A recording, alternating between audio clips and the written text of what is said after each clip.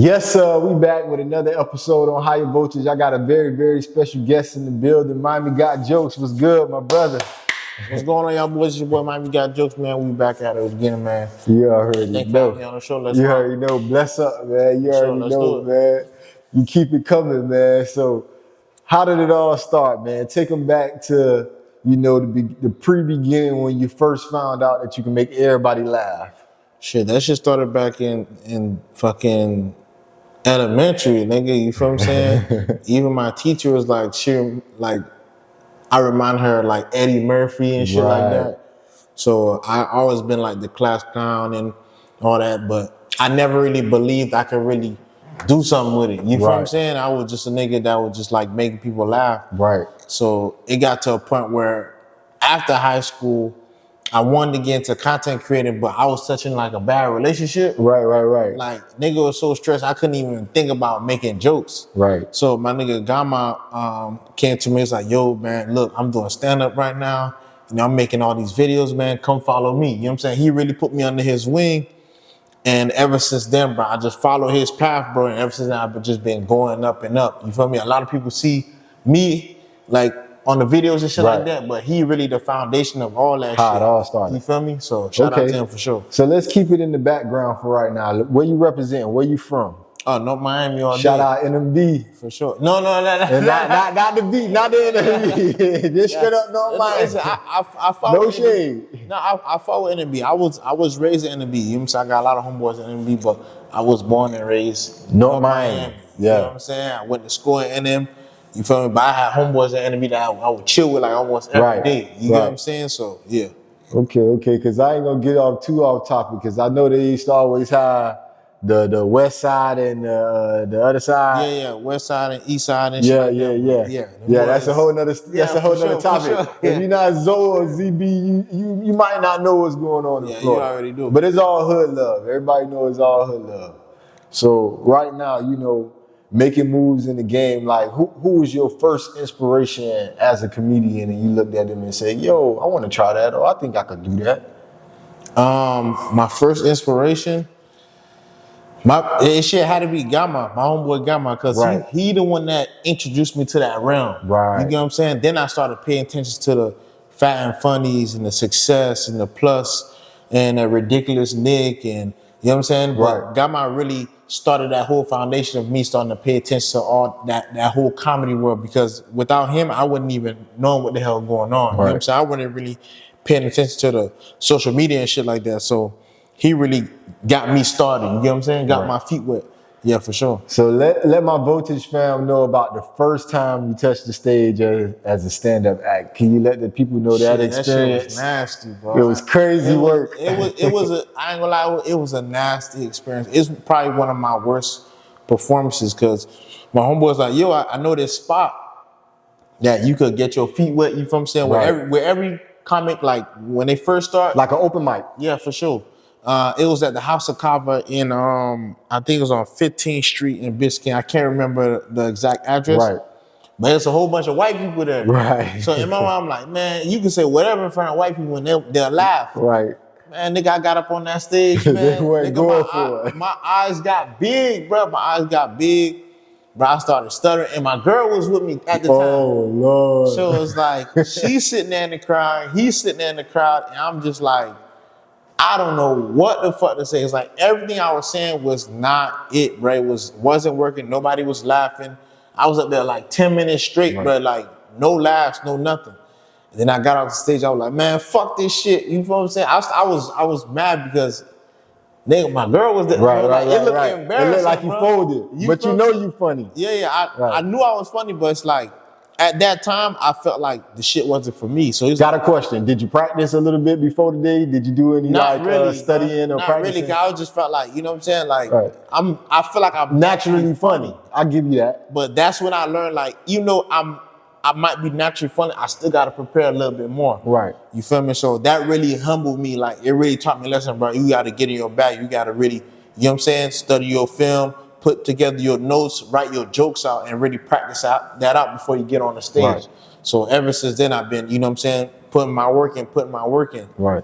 And you definitely putting in the work. Like me and a lot of my viewers, we probably be on Instagram when we stumble across a Miami Got Jokes video. And what I wanted to tap into on that note is like, how important is it for you to make relatable content and material that resonates with the audience? Because that's what people fuck with. Right. You know, it's easy for me to get on the internet and act like I got the money, I got the cars, you feel what I'm saying? I got the hoes. Like, it's easy for me to create that image because it's the internet. You Right. feel what I'm saying? But if you give people that real shit that they can relate to, like, oh shit, you know what I'm saying? Like, damn, he got a job, I got a job. He proud to have a job. Right.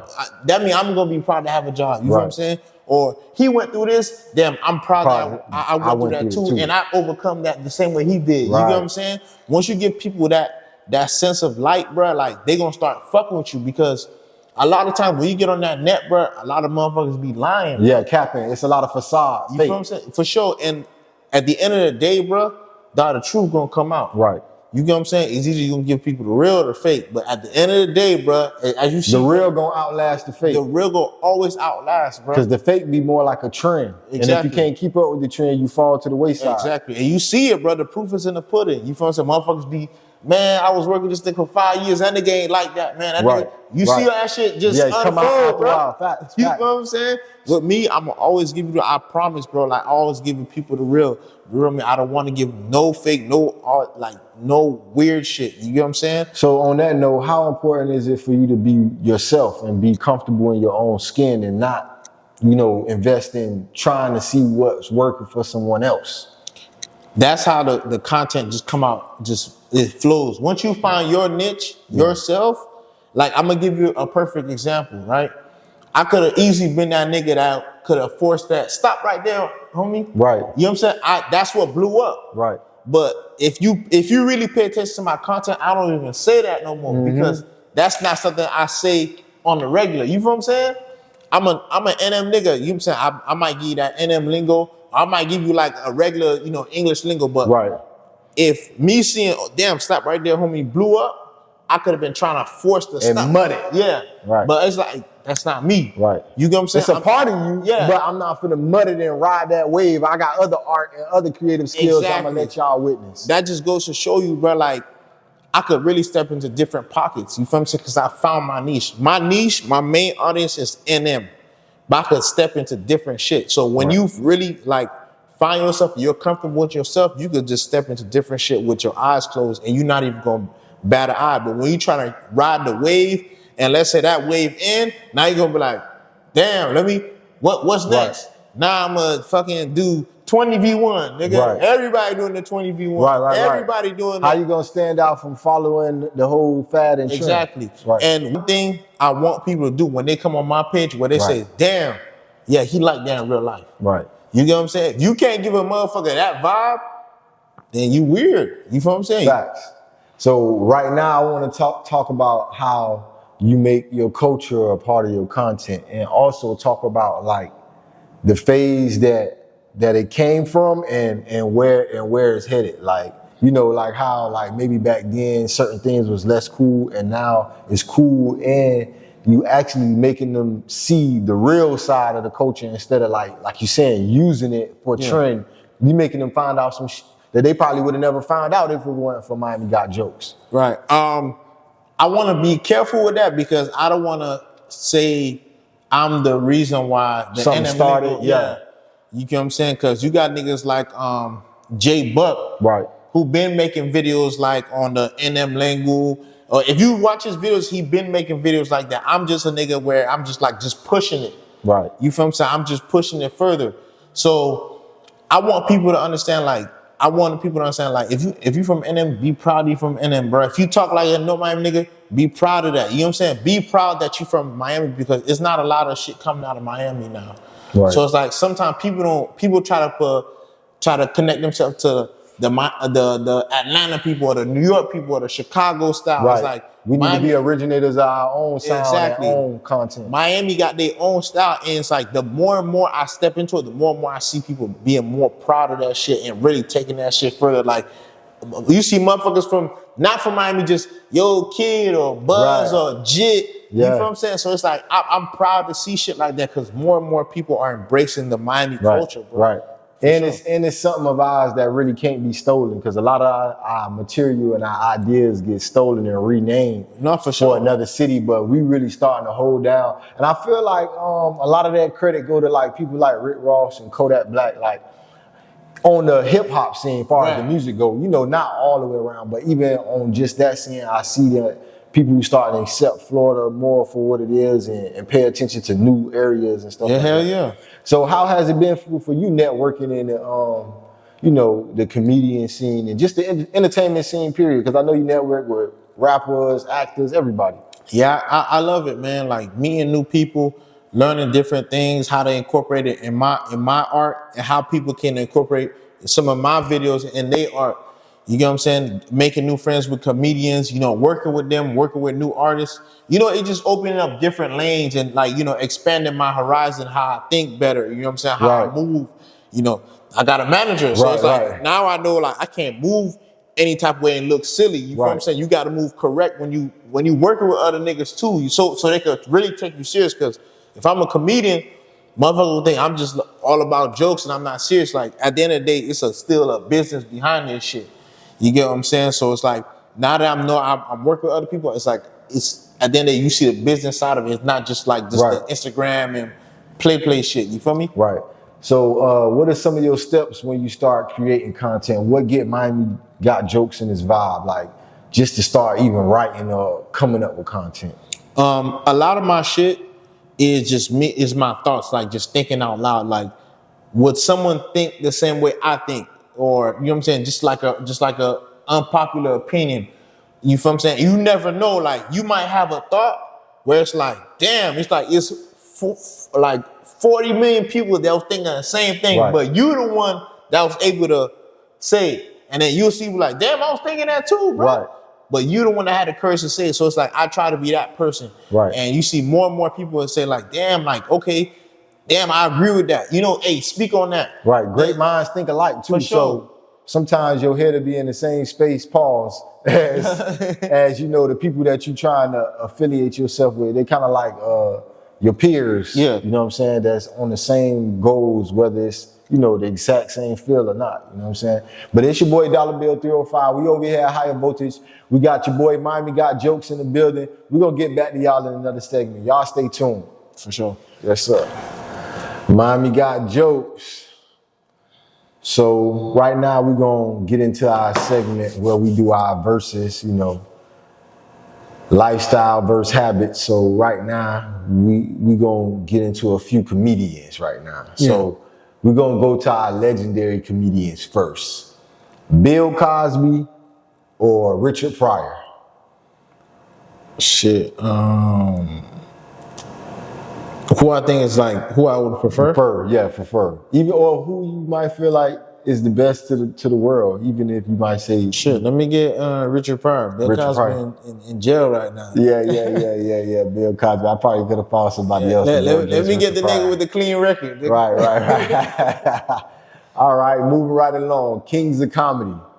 You had D.L. Hughley, Steve Harvey, Cedric the Entertainer, and Bernie Mac. Bernie Mac, man, the rest of them niggas is trash. So Bernie Mac had the best set to you, number one. He was the best set.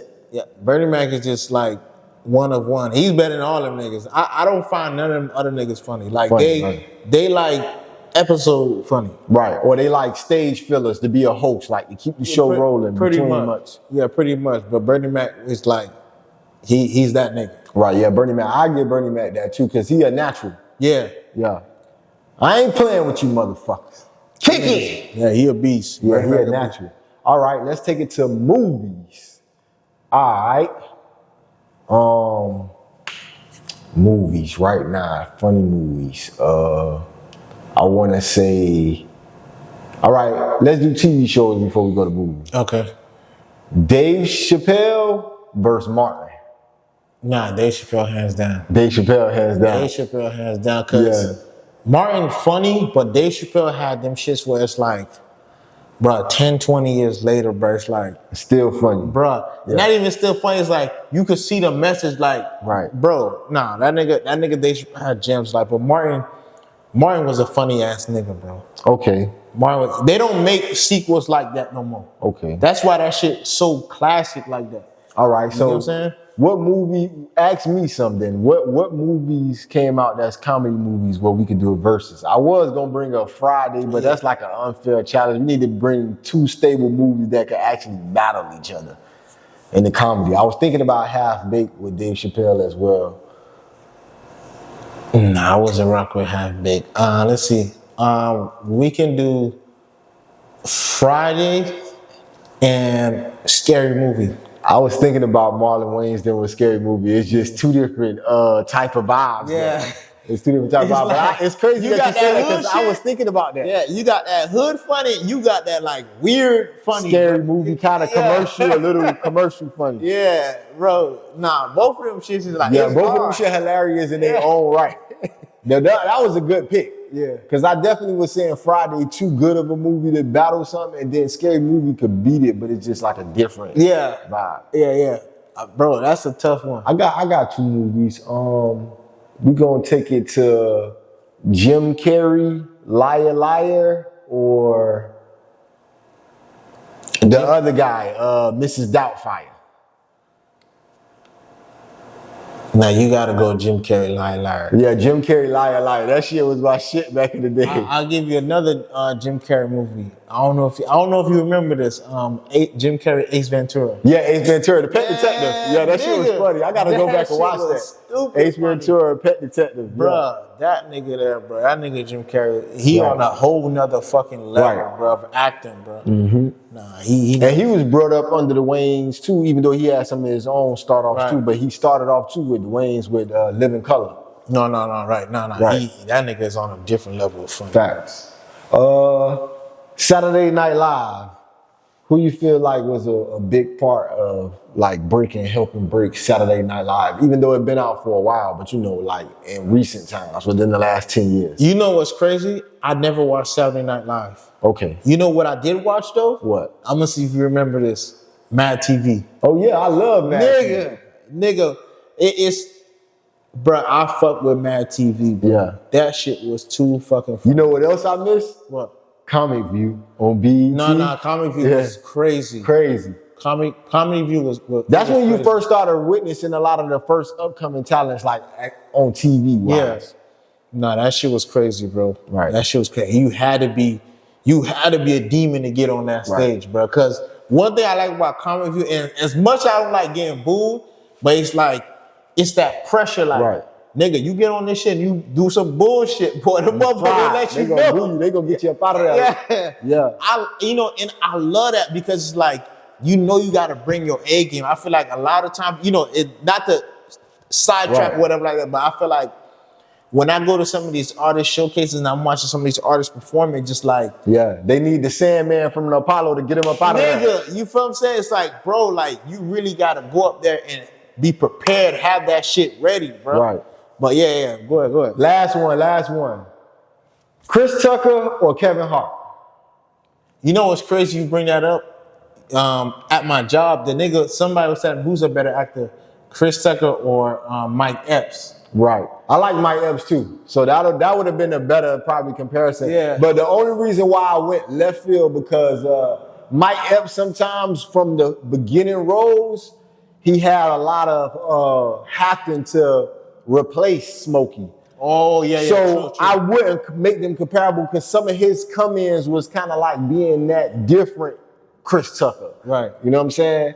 So is DC Young Fly. So I would say Kevin Hart because he's at an elite acting comedian level, and I would say Chris Tucker because he had an elite comedian acting career. And you know Eddie Murphy as well. No, Eddie Murphy's But crazy. Eddie Murphy is like the GOAT. Yeah, You say Eddie Murphy versus Kevin Hart, that's like Eddie Murphy all day. It's no comparison. Right. I feel like Chris Tucker is a better actor than Kevin Hart. Kevin Hart, right. Rush Hour, like, bro. Yeah. That Rush nigga, Hour that is nigga literally carried Rush Hour on his Facts. back, bro. Like, Facts. come on. Jackie Chan did the acting, Chris Tucker did the jokes. Yeah, and he carried that shit, bro. Carried that shit. Facts.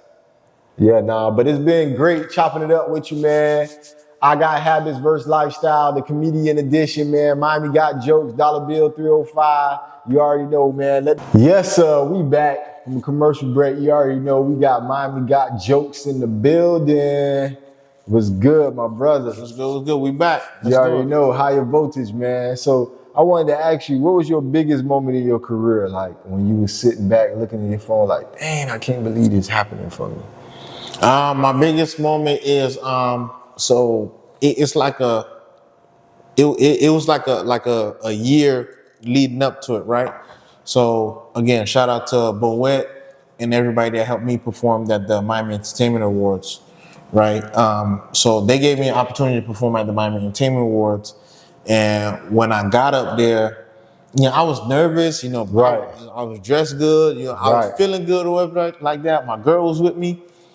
I got up on stage and I had a shit performance, bro. Like trash. I mean, are you grading yourself hard or that's the crowd response? Nah, it was kind of like, it was both, but it was more so like the crowd. Like a C minus. Nah, it was like a D. Oh. Like a D, Yeah. D minus, bro. So the crowd wasn't fucking with it. Right. You know what I'm saying? Like, I didn't get booed, but I could feel the vibe like, nah, they wasn't really fucking with me like that. So I got off stage, bro.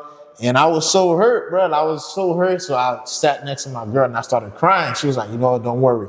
I told myself, ever since that day, bro, I'm going to keep working. I'm going to keep my head down. And I will make sure I would never experience a moment like that again. Right. So ever since then, I've been putting my foot on their necks, Then the next year, the Miami Entertainment Awards rolled up again, right?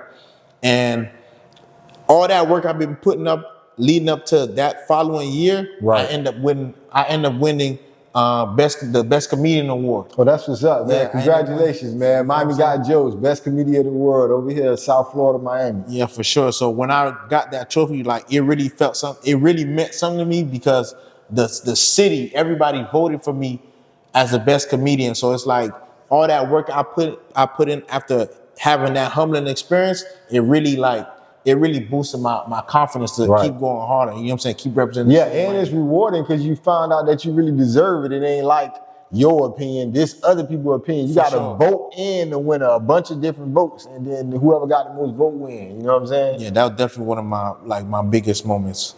How has it been performing at the Improv?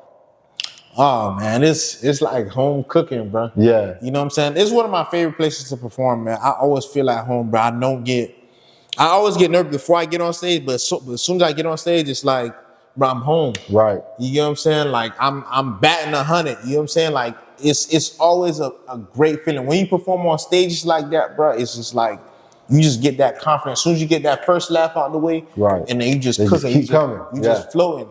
So I love the Miami Improv. I shot my comedy special last year at the Miami Improv. Oh, that's what's up. My boy got specials out here. Now, y'all step your game up now. For sure. You know, every comedian can't say they got comedy specials, but I'm going to just brag for them. But go ahead, continue. Yeah, for sure. It was definitely a great vibe. A lot of people showed up. I'm trying to put together another one at the Day Improv because the last one was at Doral. So I'm going to try to make sure I'm going to do one where it's close for everybody to show up so we can pack the house out and then bring the house down. You already know. So how does that feel to grace the same stage as some of the greats that you admired at one point? Because, you know, improv is one of them stages where, like, a lot of the hottest comedians, you know, stood on the same stage. You know what I'm saying? It just feels good, man. Like, it feel like, I'm not going to say it feel like the Super Bowl, but it feels good to actually know you could perform on that big stage. Yeah, it's like knowing that you're leaving from high school to college to the big league. Exactly, for sure. And knowing you could get on that stage and just rock that mic and give people their money's worth. And that's another thing I take serious. Like, when a motherfucker is paying $20, $30, $40, $50 to come see you, I take that shit serious. Because if I know I'm paying some money to go see a motherfucker, you better be funny. Facts. You get what I'm saying? So I want to make sure everybody get their money's worth when they come see me. You feel what I'm saying? Like, so every time, every performance I have, I'm trying to improve my showmanship, improve my performance, improve my jokes. You know, how I deliver, how I look on stage, so I can make sure people enjoy that show. Okay. Well, most people, I will probably have to ask them, how has the transition been from coming from the internet to standing up on stage? But from my knowledge, off camera, behind the scenes, when we were just chopping it up, for sure, you started on the stage. Yeah, so you know, this is kind of different because a lot of the guests or a lot of comedians, they pretty much start on the internet where you're more comfortable at home or in your own space instead of dealing with a crowd. you know what I mean, at the gate. But how has that experience been like, you know, tapping into all sides of comedian stand-up and the internet? How has them transitions been, knowing what worked for a crowd and what more like might work for the internet? For me, since I started on stage and just transitioned to the internet, it felt a lot more easier because I already got the hard part out of the way. Dealing with a crowd, Dealing with a crowd, because it's like when you're on a crowd, it's right then and there, live.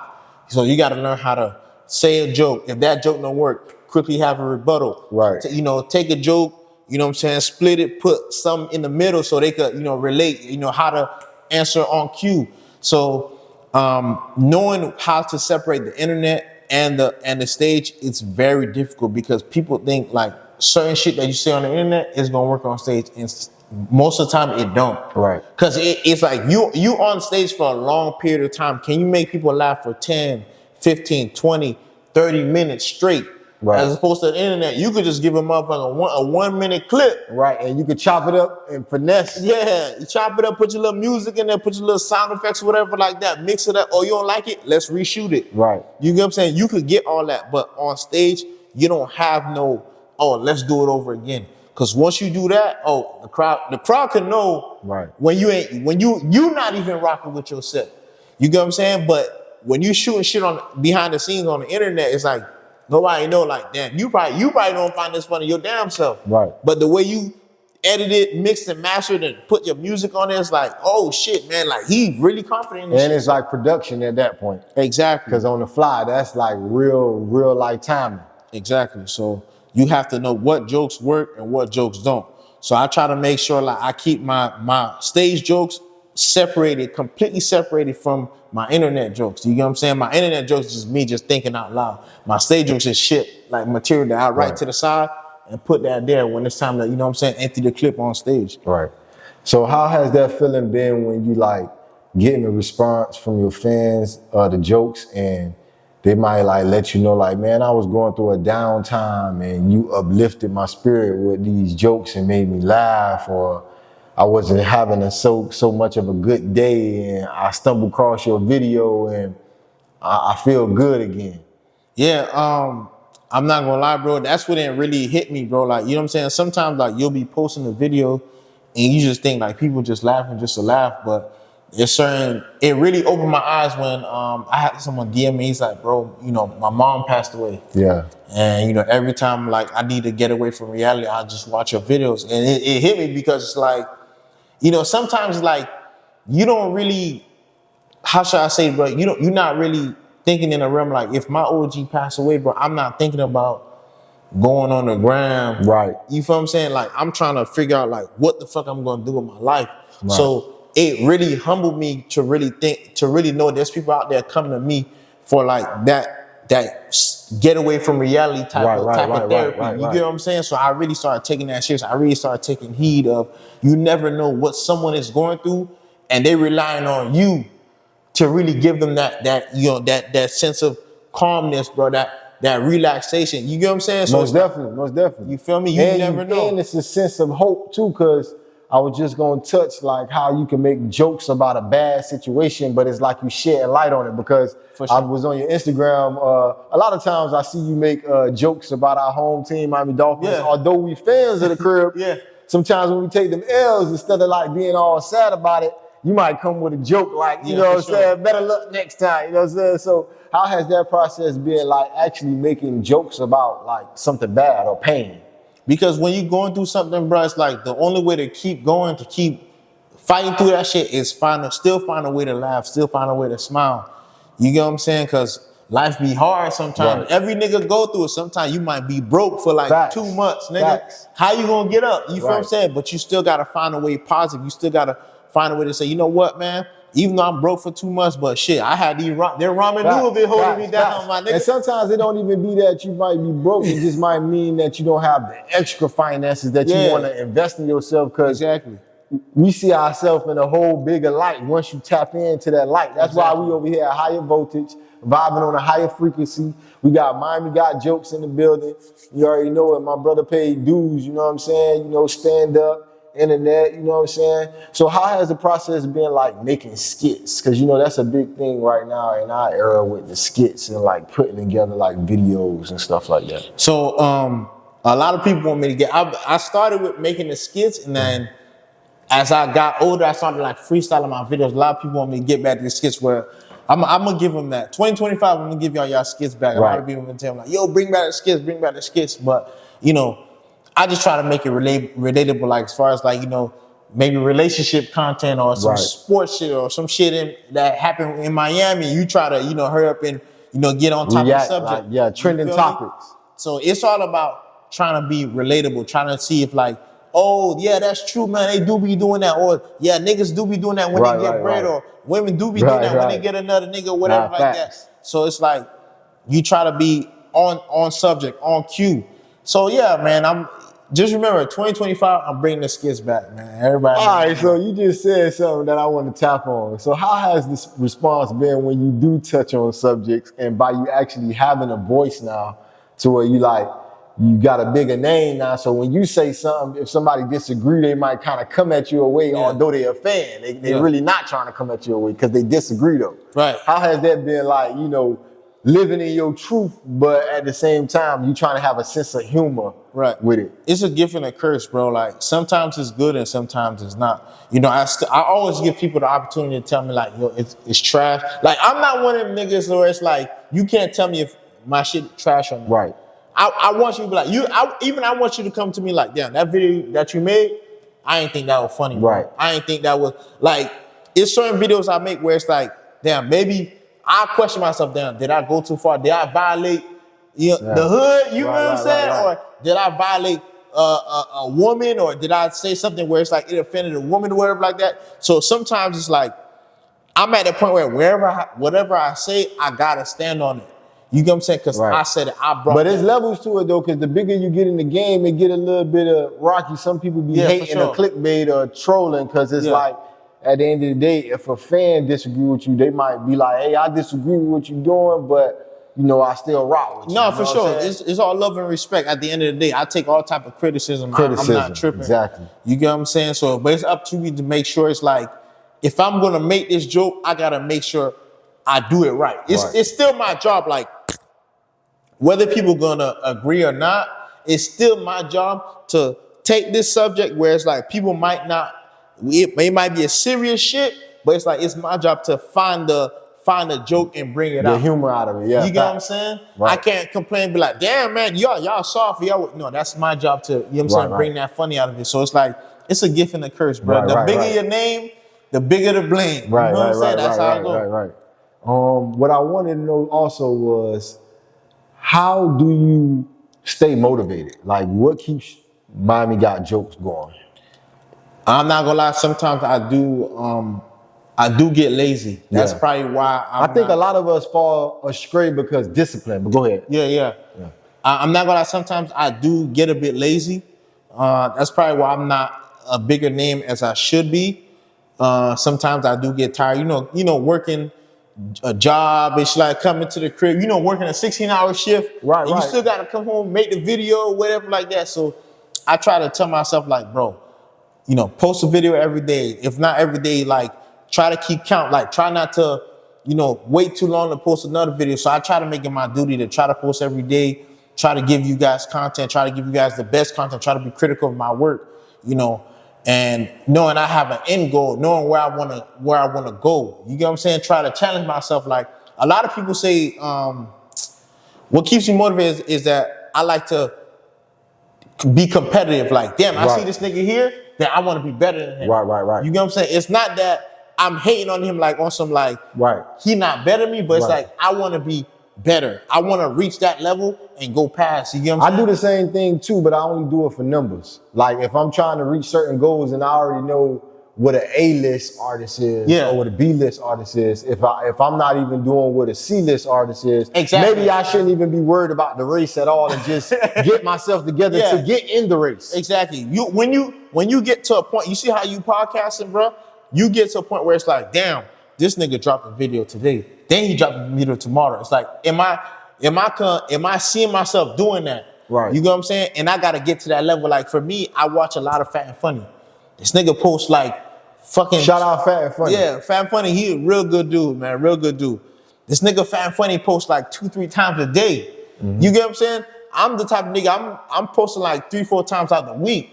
So it's like I'm steady trying to chase that where it's like I gotta get that consistent. Right. You get what I'm saying? I can't complain about nothing else. I can't complain that damn I'm not here because these niggas hating on me, or I'm not here because they're not giving me an opportunity. It's like I'm not at that level yet because I'm not chasing that type of greatness yet. Right. You get what I'm saying? So it's like I try to tell myself like, yo, post, keep posting, keep posting. So that's what keeps me motivated, man. Most definitely. Yeah. But I'm excited for the comedian scene in South Florida because now that I've been podcasting and I haven't only been doing the music and rappers and singers, I've been doing the comedians and actors.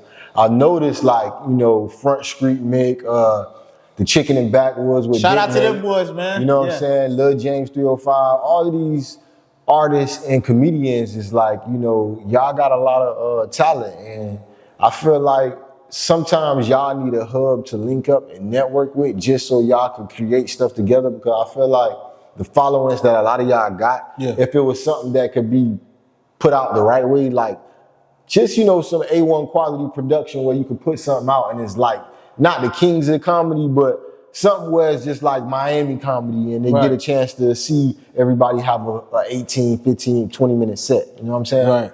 But I really appreciate y'all comedy. So you got any jokes for us tonight? One, two, or that you said recently on the ground or something? Shit, I don't know, bro. Like, y'all gotta come to the comedy show. If you want some jokes, man, come to a comedy show. Right. I promise you, I'm gonna make you guys laugh, man. Facts. I'm one of the niggas that take my craft serious, man. This ain't something Most I'm definitely. just trying, bro. This is something I know I got it. Right. I might find one of your jokes off Instagram or YouTube or something and put a little 40-second joke in there. Check the Instagram, man. I got all them shits in Where there. can they find you at on Instagram? Find me on Instagram at Miami Got Jokes. Find me on Twitter at what my Twitter shit is Ezine Rick. You know what I'm saying? So yeah, come fuck with me. You already know. I put out some of the best content in the day, man, and some authentic content too. Facts. Best content in Florida. You already know what I'm saying? You just won the award, you know what I'm saying? Nah, Miami, for sure. Florida, you know what I'm saying? So before we get out of here tonight, I just wanted to ask you, like, what advice you got for any upcoming entrepreneur that might want to start comedy or skits or, just any type of stand-up, anything in that comedian realm? Be yourself and accept. First and foremost, you gotta be yourself. And you gotta accept everything that you've done in the past. You can't be ashamed of. You gotta understand your past is your past. Accept that. Embrace that. Embrace your losses. You get what I'm saying? And bring that to light so that way people can say, damn, he went through this, but he overcame that. And look where he at now. Right. You get what I'm saying? So that way other people could walk in your light. You get what I'm saying? Like, be that type of figure where people can really get behind you and support you. Right. Because at the end, like I tell you, at the end of the day, bro, it's like, if you try to be on some fake shit, bro, the truth will eventually come to light, bro. Facts. You get what I'm saying? Be your authentic self. That's the number one way to go, bro. Facts. Because when you're trying to be somebody else and it don't work, like you said, they gonna call your bluff. They ain't real enough. Boy, you ain't being yourself. I can tell. I can see straight through. You see straight through that. They will, but I'm telling you. Facts. So what's next? What's the next plans for Miami Got Jokes? Any upcoming events or, specials? Because, a lot of guests, I know a lot of people and, it's crazy that you having specials. So that's big. So, like, let the people know about the special that you put out before and your upcoming work. So I just shot my special on my birthday, which was October 10th, 2024. Right. But in 2025, I want to do another one. I want to do it in Danish, so it's closer to everybody, so everybody can come. You know what I'm saying? We can sell it out. This special I did, it wasn't sold out, but it was a good amount of people that came. I was shocked myself. But this next one, I want to sell the fucking house down. Most you know what I'm definitely. saying? I want to show people I could bring the city out, and we're going to have a good time. We're going to laugh, we're going to drink, we're going to eat, and we're going to, listen to these jokes. So Most definitely. October 10, 2025, this comedy special is going down. You feel me? And that's one of the biggest things I got cooking. I got so much more cooking in 2025 but I ain't gonna say too much. Yeah. I just gotta stick around and go follow him on Instagram. Miami Got Jokes. People know something, man. Shit. Keep being yourself, bro. You know what I'm saying? Keep doing you. never give up. Even if you trash, you know what I'm saying? Like I always tell y'all, boy, even if you trash, still believe in your dreams, man. And you gonna get somewhere. It might not be the way you wanna go, but you gonna get somewhere. Yeah, most definitely, man. Practice made perfect, man. Procrastination is the devil's playground, man. Stay motivated, determined, and have dedication, man. Dollar Bill 305, higher voltage. We vibing on a higher frequency. This the Jokes Comedian Edition. Miami got jokes. We out. Yeah, for sure. It's your boy Dollar Bill 305, higher voltage. You already know, man. It was an honor to chop it up with you. You already know. Big vibes. You already know, man. Miami got jokes. Dollar Bill. You already know, higher voltage. We out. Nah, appreciate you bringing me on. Appreciate that, y'all boys. Okay, let's rock. You already know.